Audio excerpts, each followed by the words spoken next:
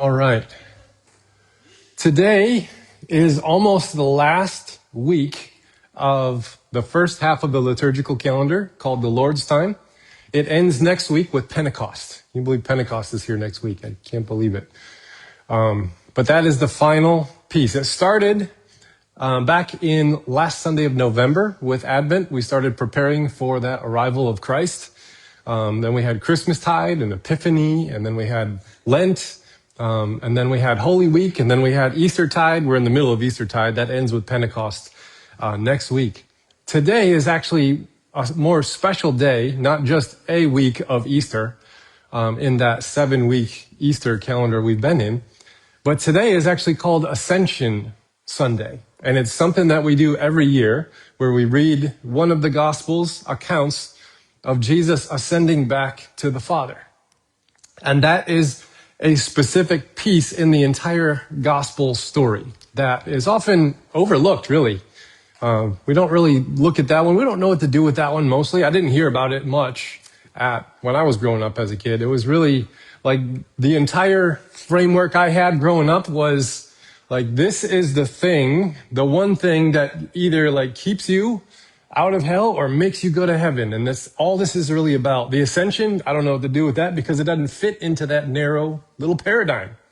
I grew up with that question that sorted people into those two categories. Have you accepted the Lord Jesus Christ as your personal Lord and Savior? Have you ever heard that question before? Do you know that phrase does not appear in the Bible at all? It's not in the Bible at all, anywhere, ever. I know, gasp. It's not in there, but somehow these words that never appeared in the scriptures have become the central dogma of a lot of American Western Christianity that determines whether you're in or you're out. But the one thing that this single question does, that it does in a very sneaky way, is it decentralizes Christ in the faith. You ever notice that? It takes the central figure, Christ, and it puts that salvation piece in there instead. You're either in or you're out. Jesus is just the means that determines that, not the end that all creation is moving towards. It's a little sneaky thing because making Christ into the means to get something instead of the end by which we're all heading towards is a sneaky little bit of a bait and switch. And so it took the faith and pressed it into a single transaction that you were supposed to complete, ideally before you died. And then file it away as settled, I'm good, what do I do now? Well, don't mess it up, right? Like that's all you got now. Just try to keep your nose clean and go to church every Sunday and you'll be fine, right? And there's nothing wrong with keeping your nose clean and going to church every Sunday, but is that the point of all of this, really? Is just make sure you get your ticket and then don't muck it up? Like, is that it? Is that all we got? Now, if you said yes to that question and you meant it, you're in. You're good. If you're not sure, you're in trouble. You're a project, right? And if you said no, now you're in real big danger. And if you questioned it after you were in, then you were pushed out. It's like, oh, you must have never belonged in the first place because these questions are things that we don't ask. Have a good day. Now, if that question has ever made you feel uncomfortable in the past, maybe because it just felt like it was too reductive of something really grand, or maybe because your faith was never primarily about getting something settled for yourself and using God as a means to get there. Or perhaps the entire frame felt like it was just missing something. And you probably felt, man, am I even in the cool kids club? Like, do I got this figured out? Am I going to be okay? And now, here you are in a church that lets you question things, lets you explore, gives you a safe space to kind of figure things out and say that this is a broader picture we're talking about here, not just a single transaction between you and God that sets things good and now, don't muck it up until the end. But that shrinking the faith down to that single thing, I think has done something here in modern day. If you've noticed, in the U.S., faith-identifying individuals are on the decline. Every time I see one of those research polls or Pew Research, whatever, it's like it's doing that. I don't have the ones to give you right off the bat, but I have some facts. In the early 70s, 9 out of 10 folks in our country identified as Christian. That has now fallen to 6 out of 10. And 1 in 4 folks who grew up in the church are no longer there. So that's a pretty decent size. Younger generations are leaving at a quicker rate. Only 2 in 5 folks born after the 1990s identify as a Christian. So that is going down fast. When they asked them, Pew Research poll question, why are you no longer, or why do you hesitate to identify as a Christian? They gave 3 answers. They all summed up in 3 answers. The number 1 was the marriage of the Christian faith to conservative politics and making them the same thing. The second thing was that the worldview of Christianity was not big enough for the modern world, hence science, evolution, all that stuff. And then number 3 was that there's been so many scandals in the highest places of church institutions across the board. They've seen so many people in prominent positions in the faith fall from grace or whatever and just say like, oh wow, there's a big revelation that's happening here. All those people who I thought were doing great things and had the blessing of God and whatever, turns out they were kind of icky. Those 3 things there have a lot of people either leaving the church or questioning it or doing that slow, painful work of untangling what they actually believe. And they're tracing something all the way back to that one gateway question. Are you in or are you out? And they say, well, it depends. Which one are you talking about? And I don't think here that Jesus is the problem. I think the frame that we've built around Jesus is just too small, individualistic, and transactional. And it stopped fitting the life that they were actually living. So instead of pretending conformity, they said, there must be something wrong with this. Now, there's a bigger frame for the faith that is not just that transactional question about whether you're in or you're out. And as a liturgical church, we walk through the entire gospel, and it takes 6 months to do it. That's a long time, isn't it? We started the gospel message back in November about the arrival of God. Then we went through Advent about preparing ourselves for the arrival of God. And then we get through Christmastide where God puts on human flesh and dwells among us. Then we go through Lent about how that God identifies with the oppressed and the poor and doesn't dodge suffering in this world, but actually participates in it in a redemptive way. And then we go into Holy Week where we're preparing for that God who is perfect in love to be crucified, betrayed, arrested, crucified, dead, and buried. And then we have Easter, which is the celebration that God's love was stronger than any human violence that could be exercised upon him. And now that resurrection is weird. We don't understand it. It took us 7 weeks to work that all out. And then there's a spirit that's been given that then empowers you to live a new life. There is a 6-month gospel that is far larger than that single transactionary question. And today, one of the pieces of the puzzle is called Ascension.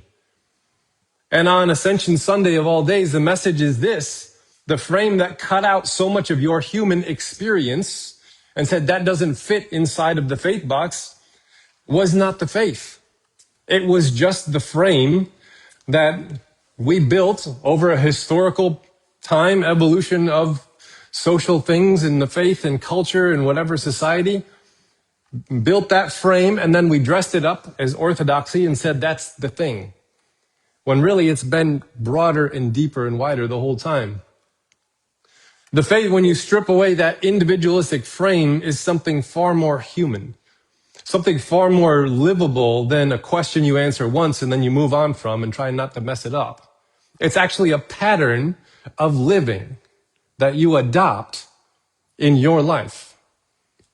And the cool thing is, you've probably been living it already without anyone naming the things and saying, well, let me define that for you. This is just a part of being human. So our passage today, it starts off, he said to them, and then goes on. I don't like when a passage begins in the middle of a story because, we don't all have the context there, right? So I got to dive in.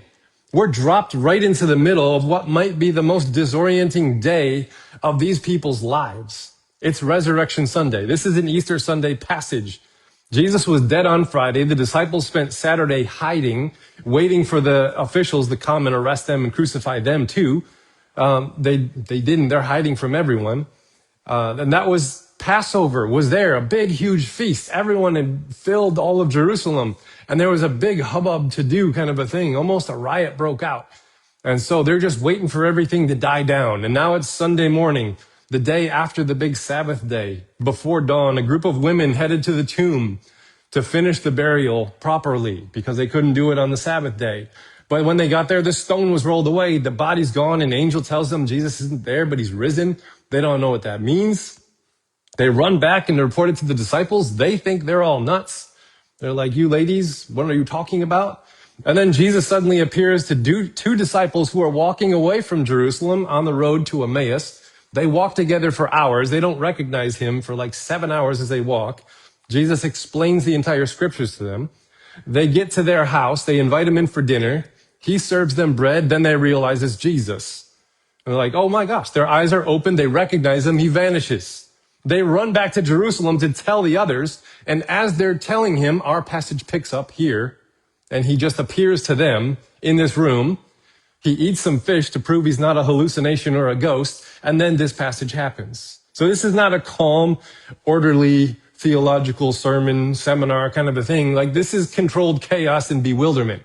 They are absolutely unsure what's going on here. The resurrection is breaking in from every direction and they have no idea what's going on. And into that room, Jesus does two things that matter enormously for how we understand what comes next. He opens their minds and then he gives them a pattern. He takes them through the scriptures. I'm going to give you a $10 word. You can use it if you like. It's called a hermeneutic. Hermeneutic is a $10 word. It's a fancy religious word, but you all have one. You all have a hermeneutic. You just may not have known that's what it was called. I'm just giving you a word for it. Hermeneutic that's the narrative you hold that you use to interpret the scriptures. You run into a passage in the Bible, you're like, oh, that fits into my hermeneutic this way. You already have an interpretation of it. Sometimes things fit nicely inside of it, and sometimes they don't, and you're not sure what to do with it. What do we do with all the genocide passages from the Old Testament? Those are weird. I don't know how that fits in my hermeneutic. Let's just set those to the side, right? We all do it. We all cherry pick scriptures that fit inside of a narrative that we hold, and then ones that we're like, don't know what to do with that. Everybody does it. It's okay. Now here it says, it opens up and Jesus says he takes them through the scriptures, the law, the prophets, and the Psalms. That's the whole Old Testament, like that's everything. He takes them through all of those, all the sections of their canon. He names in a single breath all of those things. He's not cherry picking passages that point to him and then ignoring others. He's saying, the entire shape of the story from beginning has been moving towards something that you're standing in right now. He's saying all of that here leads to this moment with me standing in front of you. And that matters because the disciples had a hermeneutic. They had a lens with which they read all of their scriptures, and it was primarily about national liberation. They were saying the Messiah is supposed to show up, restore Israel, which meant throwing off the Roman government occupation and giving them political sovereignty. And not just sovereignty, but political dominance in the whole globe. That was the Messiah's job. That was their hermeneutic. When they read passages of the Messiah will show up for you, that's what they thought that meant. That was their hermeneutic. That was their narrative. That hermeneutic could not survive a crucified Messiah. That's why the crowds turned on Jesus, and they're like, nope, crucify him. He's not going to do what we already thought he should do. So while the disciples run, and even though Jesus has told them this is how it's going to go down, it still doesn't make sense to them. And now he's standing before them after he's been dead and buried and then gone missing.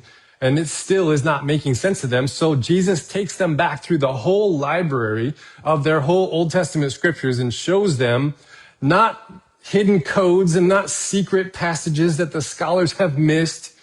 He's showing them a different thread altogether and a pattern woven through the whole thing that had become obscured over the ages under centuries of interpretation and institution and that very human desire for a God who wins in the ways that power usually does win.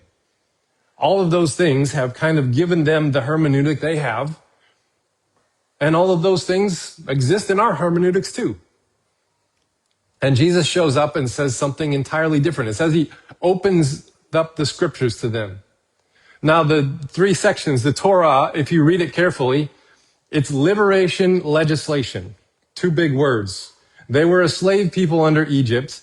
They were not free. They had to make bricks out of straw and mud and all this sort of stuff. And they never got a day off, and they were slaves. And so when Moses led them out of that slavery and they wandered around the wilderness, he's giving them a different way of organizing as a people that won't make slavery happen again. It's the legal, cultural architecture for a community that was freed from slavery and was trying to get them free of all of those power entanglements of them. That's why they spent 40 years out in the wilderness, to try and unlearn all of the things that they did learn about how power operates. And God was giving them in that moment, liberation legislation. Here's how you organize and govern yourselves, so that power is not in play again and you make another hierarchy system. Well, they did it anyways. Later on in the story it happened. So then the prophets show up. Now there's the law, or the Torah, there's the prophets, and there's the Psalms. The prophets are pretty much economic and political critique.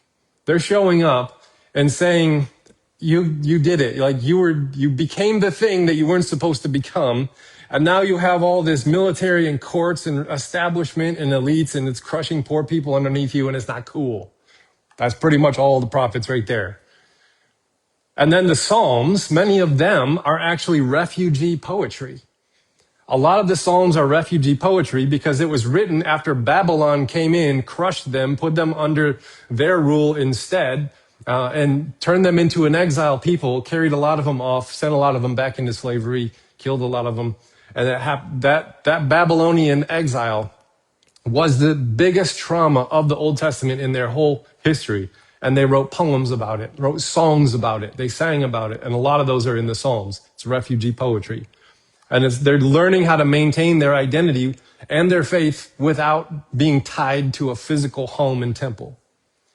And the thread woven through all of those things is not domination. How do we get back onto the top and subdue everyone around us? It's not individual salvation. The thread that goes through it all is God's stubborn, costly, recurring solidarity with the people who get crushed. If you notice that they're not always the good guys in the Old Testament, and they still record those stories, the thread is God's stubborn, costly, recurring solidarity with people who get crushed. So to say that these scriptures are fulfilled in Jesus this day is to say that God's preferential solidarity with the poor and oppressed has now reached its most complete and irreversible expression. And then Jesus opens their minds, and they're like, now we get it. Now we understand it. And the Greek word here, to open their minds, means to open wide. It's the same word used on the Emmaus Road when it says Jesus opens the scriptures to them, and then their eyes are opened and they understand it. And now their minds are being opened so that they can understand what's happening here. Now Luke, the person who wrote Luke, he was actually a physician and a doctor. And this word, to open up, is actually used in a lot of medical literature of the day. And it means to open a blocked passage, airways, wounds, all those things that are closed by illness or injury. And he probably chose that word deliberately. The disciples don't get smarter because their minds are opened, by the way. It's that their minds get unblocked. They have this, a sense, not an ability to win arguments, but it's not a doctrinal precision or the capacity to explain yourself in fancy theological $10 words. It's the recognition, sudden and sometimes disorienting, that the core of the whole story is this: life together, shaped by care for the ones who suffer at genuine cost to yourself, is what God has been about forever. How does that fit into that are you going into heaven or hell question kind of a thing? See how the gospel is just so much bigger than that. It took Jesus a long time to explain it to them.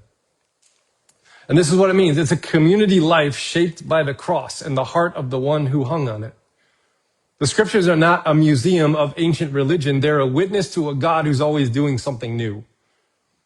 And a new thing always rhymes with the old thing. I really like that. This brings us to the pattern that we talked about. There's a word, it's called the Paschal mystery. And Paschal is like that word for the Passover lamb that would happen on Passover day.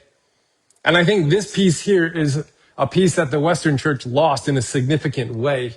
And I think whose loss is responsible for a lot of the exhaustion, disconnection, and quiet despair that many people carry out of the church, whether quietly staying and questioning or whether leaving and saying it doesn't work anymore. And it's called the Paschal mystery. And it's another $10 word, I know. It's not another thing you have to believe and know. That's the cool part.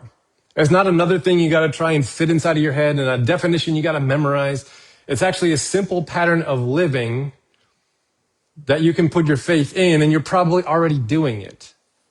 And when I do a funeral, I meet a lot of people who are doing grief, right? And I tell them, grief is going to happen to you. It'd be really nice if you knew how it worked, right? Well, you're already living Paschal mystery, so it'd be nice if you knew how it worked so you can kind of partner with it and work through the things that you do. So this pattern is seen in this passage here. This one spiritual writer, his name's Ron Rolheiser. He's pretty cool. He wrote a book called Holy Longing, and he describes the Paschal mystery as a pattern of living that Christ did that we are then also to do. It's not a doctrine to affirm or a transaction to complete or a belief to memorize and hold. It's a pattern that we live, and it has 5 movements drawn from the life of Christ embedded in the liturgical calendar, 6 months of it, that describe the very shape of every significant human experience of death and new life. Here's the pattern: death, burial, resurrection, ascension, which today is Ascension Sunday, and Pentecost. You've already lived it. You're already familiar with it. You may not have had language for it. You may not have recognized it as spiritual formation, the thing that shapes your mind and heart, or even the faith practice or anything the church would claim, because maybe for you, and this is one of the big problems, was faith was just a philosophy. It was just a bunch of ideas you had to think was true and correct, but not necessarily give you anything to do with your life other than try and become a moral person, which that's really exhausting. And then you're not doing so well at it, so then you got to pretend at it for a while, and then you get really tired of that, and then everything falls apart. So if you instead, your faith was not something you had to memorize and know as facts on a piece of paper, but actually a way of living that you adopt, that you're probably already doing, that you can just cooperate with. Yeah, have you ever lost anything significant? Lost someone that mattered and then survived it? And then eventually found yourself living differently because of it? Does that ever happen to you? That's the Paschal mystery. That's the gospel at work in your life. The question is not whether or not you're going to enter it. The question is whether you recognize it when it comes, and whether you have a community that knows about it so they can walk with you as you go through those losses. Let's go through them real quick. Death. This is all the pattern of Christ. Death. We have crucifixion, death, and burial. Right? Death is that moment when something is clearly ending and you can't stop it. It doesn't have to be physical death.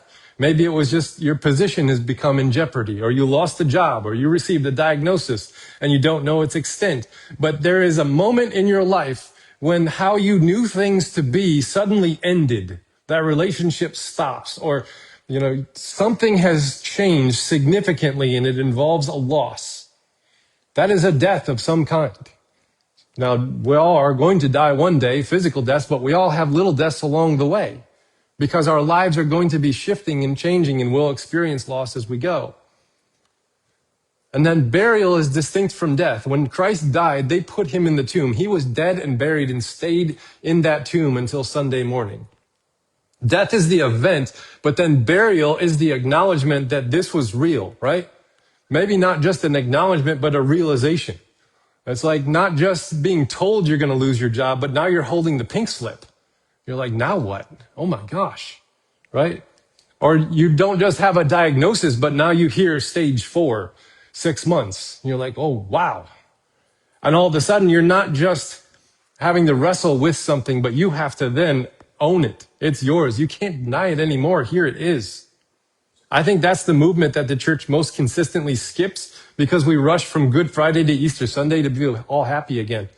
But Holy Saturday is the day when grief becomes real, when that loss is accepted as an actual part of your life and permanent. And a faith that cannot sit with you on a Holy Saturday is a faith that will fail you when you need it most. But the good part is that moment is actually wrapped up into the gospel message itself.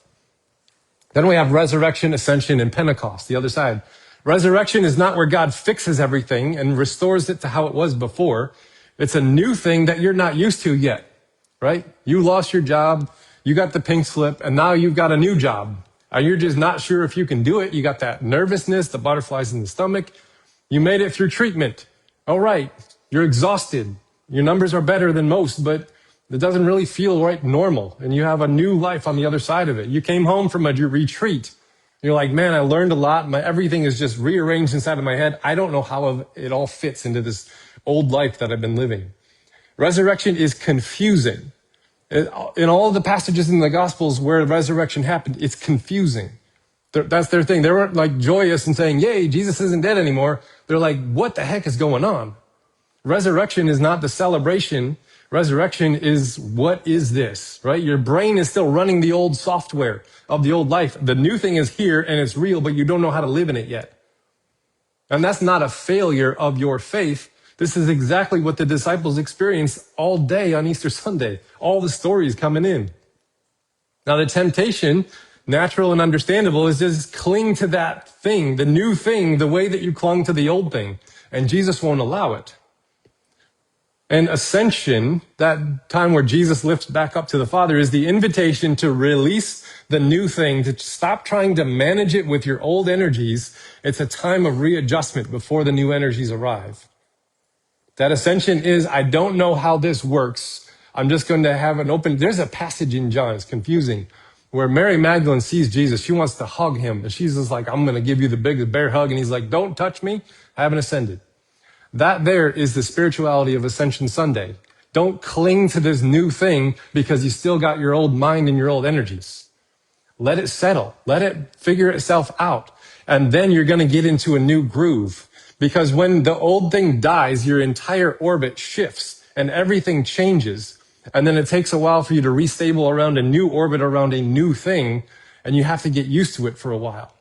But don't worry, Pentecost comes. Pentecost is next week, but that's the moment where the disciples are empowered to live into the present moment with new energy and new vision. Not because everything's resolved and fixed, but because they have been through the full arc of the gospel story, and they're no longer the same people as when they started it. And we'll have more to talk about that next week for Pentecost. But these are the things, you can't unsee this.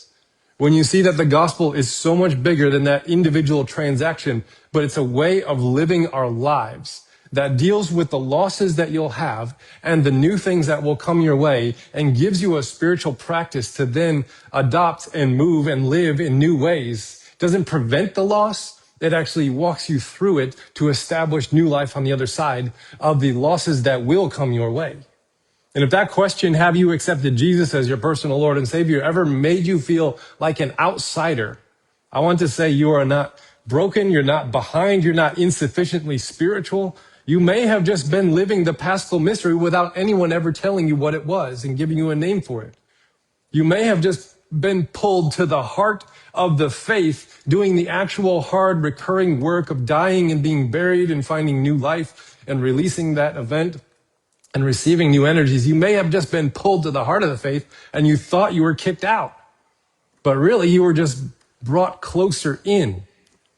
And without that community to witness it or a tradition to hold it and give you language to describe what was happening, you probably felt, what's wrong with me? And then it says Jesus disappeared. The faith was always meant to be more than a philosophy that you have to hold inside of your brain. It was meant to be a pattern that you live in community through the full cycle over and over again until the pattern becomes the shape of your character and the shape of your relationships and the shapes of the communities that you build. And this is why I love this church, because we don't all have to agree on the extensive, exclusive dogma stuff. We have 7 statements that we hold on to, and your soul, your mind, your heart gets to interpret those 7 statements. how your conscience sees fit. And then you have to learn how to hold that belief in a way that keeps you in loving community with people who are going to hold it a little bit differently than you do. But that is what Jesus is commissioning on Ascension Sunday. He doesn't leave them with this set of beliefs to protect. He doesn't leave them and put them on like a mission to then socially, go on these social wars and do all that. No, he gives them a pattern of living to embody and then a spirit to sustain them as they do. He tells them to stay here, to wait, to be still until they're clothed with what is coming. That's Pentecost Sunday. And then he blesses them, hands raised up, and ascends while the blessing is still happening. If you read the text, it does this. He's blessing them, and then all of a sudden he's being taken up as he's blessing them. He doesn't complete the blessing. And now it's our job to have that ongoing. He departs in the act of giving.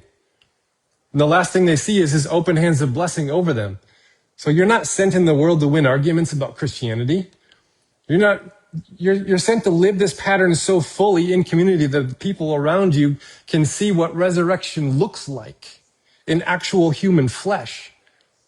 And the whole story and your whole life story becomes the witness of that resurrection. The disciples returned from Bethany with great joy, Luke tells us. Not relief, not triumph, but joy. And they went back to the city where Jesus was killed, back to the temple, back to that full complexity of their communal life. And they were there continually blessing God. They didn't wait for a better world to arrive. They brought the resurrection into the world that they had. The liturgical calendar is not just nostalgia. It's not just empty tradition. It's not a museum display of ancient religious practices. It's the church's way of taking you through the full arc of the human experience. Every single year in community with a tradition old enough to have buried generations of people before it who thought and lived it before you were even here. Advent is the longing. Christmas is the arrival. Epiphany is the recognition. Lent is the descent. Holy Week is the full confrontation with death and burial. Easter is the disorienting new thing that we don't understand. Ascension is releasing it back to God. And Pentecost is that empowering and sending every year the same pattern, because you're going to need it every year. And I need it every year because the losses don't stop. And the resurrections also don't stop. And the releasing doesn't stop. And neither does the Spirit's coming into our lives. So at the end here, you don't need to believe it. You don't have to try and fit it inside of a mental philosophical construct and agree with it in your brain. It's not what it was. We're meant not just to understand this Paschal mystery as an event that happened to Jesus 2,000 years ago. We are meant to enter it, to live inside of it, to let it become the grammar of our experience.